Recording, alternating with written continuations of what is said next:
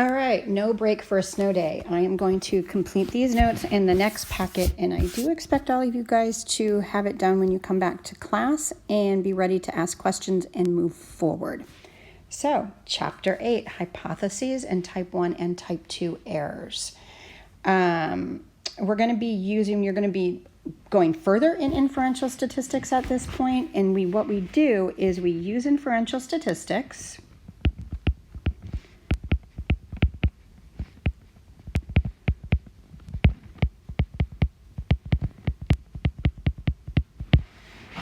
to make population statements.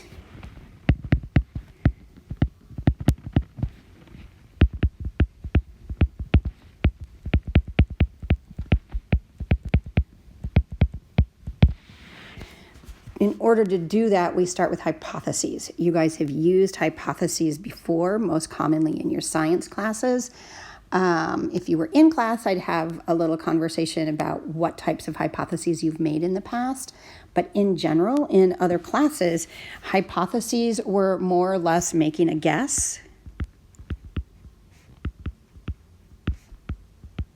or an educated guess, hopefully, making a guess about what will happen or what you think is true.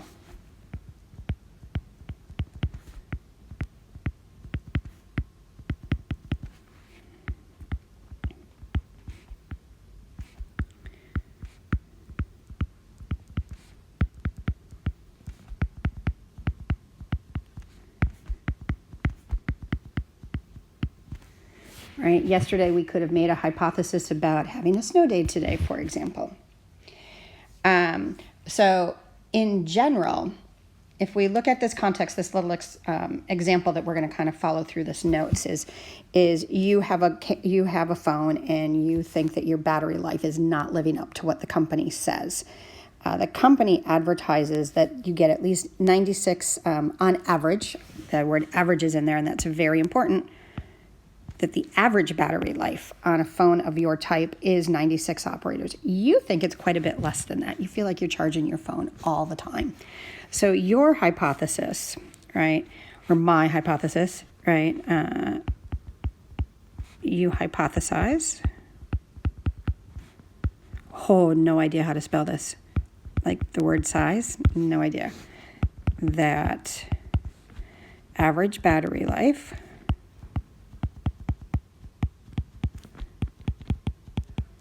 is less than 96 hours.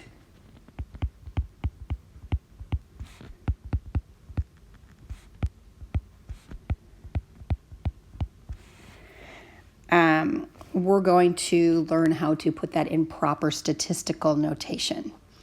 So in statistics, a statistical hypothesis is an educated conjecture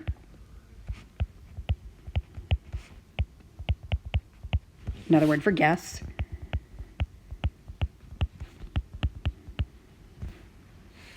about a population parameter.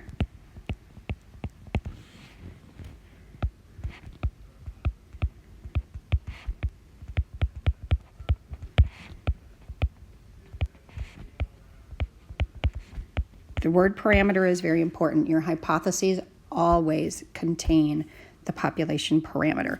What parameter? It just depends on what we're testing, right? You could be testing the mean. You could be testing the standard deviation or variance. You could be testing a proportion. We're going to divide our hypotheses into two categories. Every test that you do in statistics will have two hypotheses. It will have the null hypothesis,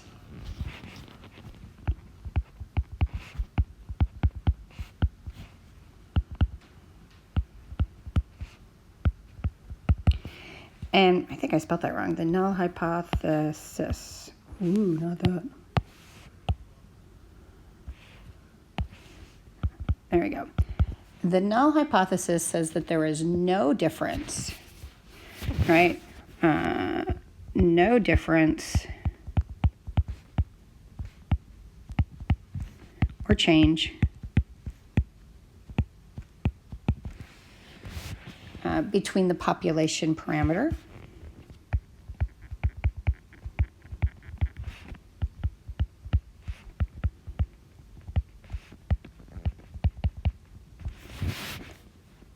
and a specified value.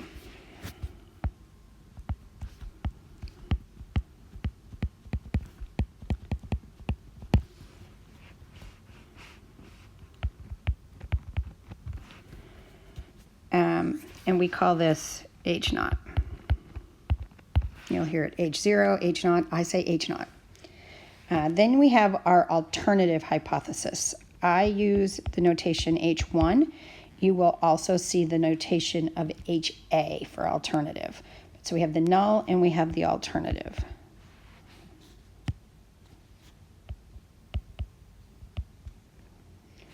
Can't spell. At school or away from school. Alternative hypothesis. This means there is some sort of change. All right, so there is a difference. Greater than, less than, different than. So is a difference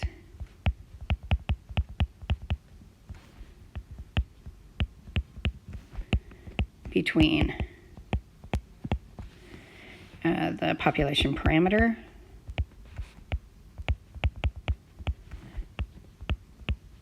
and a specified value.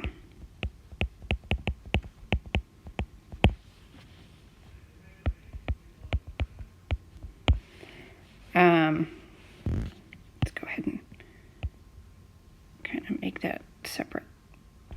There we go.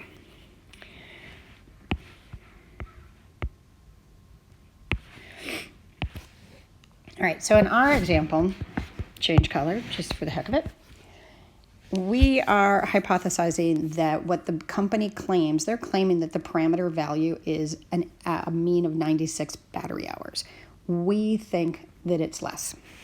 So our hypothesis, our null hypothesis, is that battery life, average battery life, sorry, I need to do that. Average or mean, I'm gonna use the word mean because that is the proper word. Mean battery life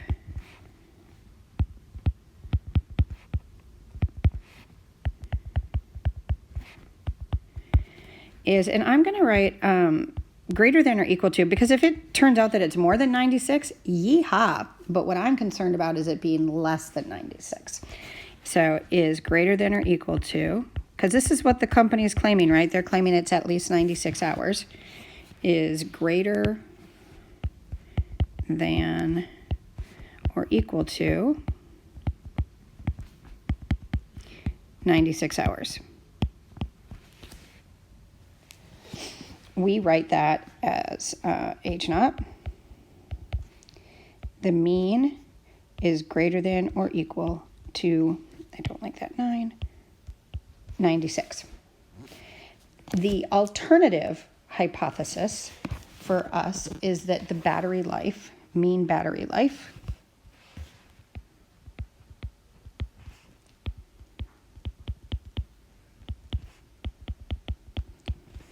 is less than 96.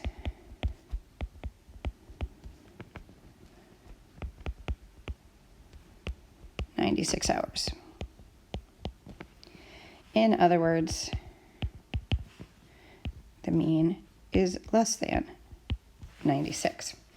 I drew this little picture at the bottom. You see you have your number line and you have got, let's do it in green. We have, this is our null hypothesis.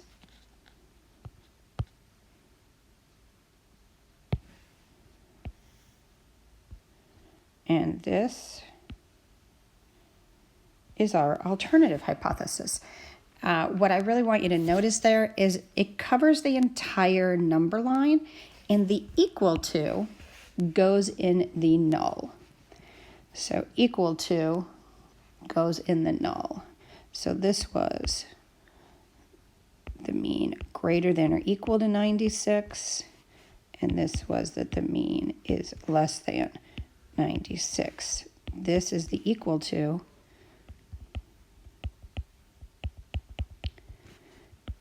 Is in the null hypothesis, always. All right, take a break if you want. We're going to go on to the next page.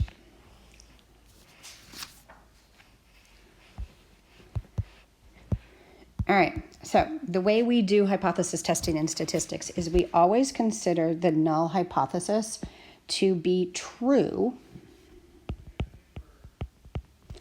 unless there is strong evidence that we will quantify. What does strong mean? Suggesting otherwise.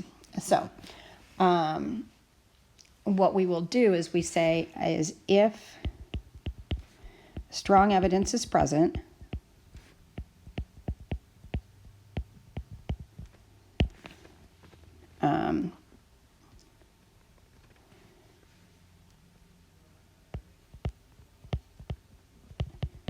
we reject our null hypothesis in favor of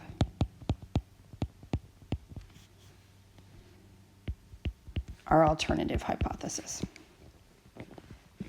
So let's take a look at another example. So I feel that I usually write pretty competent tests and the scores are in the average, and in fact, my average is usually around 78, my historical average on finals. In a particular year, students seem to think that my test was easier than previous years and that the average is really higher than that. So what would be our null and our alternative hypothesis? So our null hypothesis would be that the average score, so you're concerned about it being, well, students are concerned or overjoyed that they think it's higher. So what we're really saying is if it's lower, you don't care, but if it's, because what you want to know is whether it's higher. So that would mean that, by the way, average. So if it's an average, that means we're dealing with our mean. So historically, the test score has been, the average test score has been less than or equal to 78 points. And our alternative is students suspect that it's really more than 78. So in general, the alternative is where you put your research question. Your research question, or what you think is true. Or what you think is true. What you think has changed.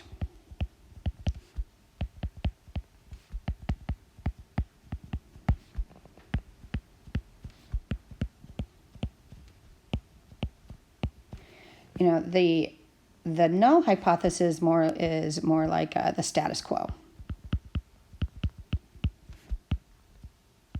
You know, what it is, it's been, there's no change. Or at least not a change in the direction that you suspect. We will do 3 types of testing, starting with a population mean. We will do two-tailed tests, and for a two-tailed test, we are looking at, I wonder if this is going to record.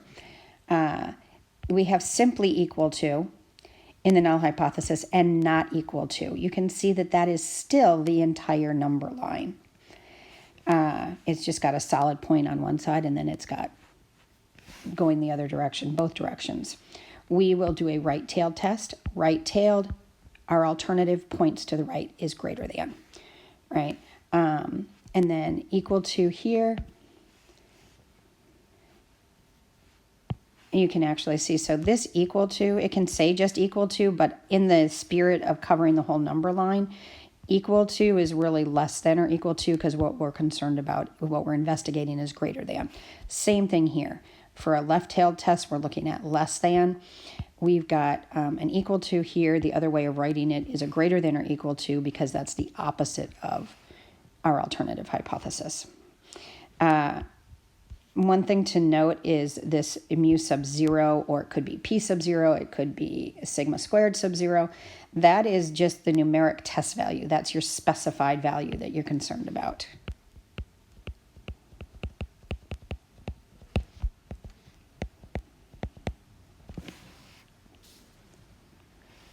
All right, so our H naught will always be equal to, less than or equal to, or greater than or equal to. And then the partner of that, our alternative, would be not equal to, greater than, less than. All right, so the equal to is always.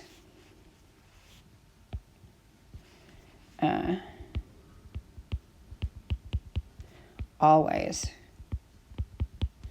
in the alternative, or in the null.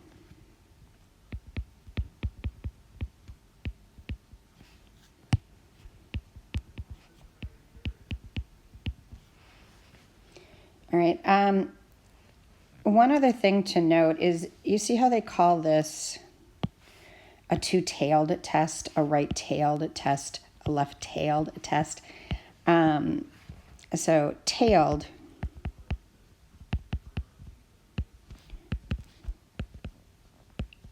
is also expressed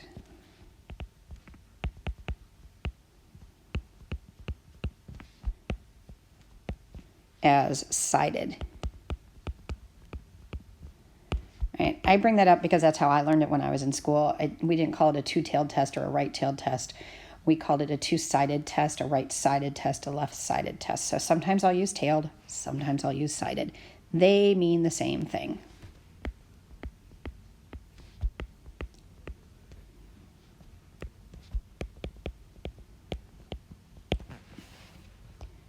All right, there's your page 2.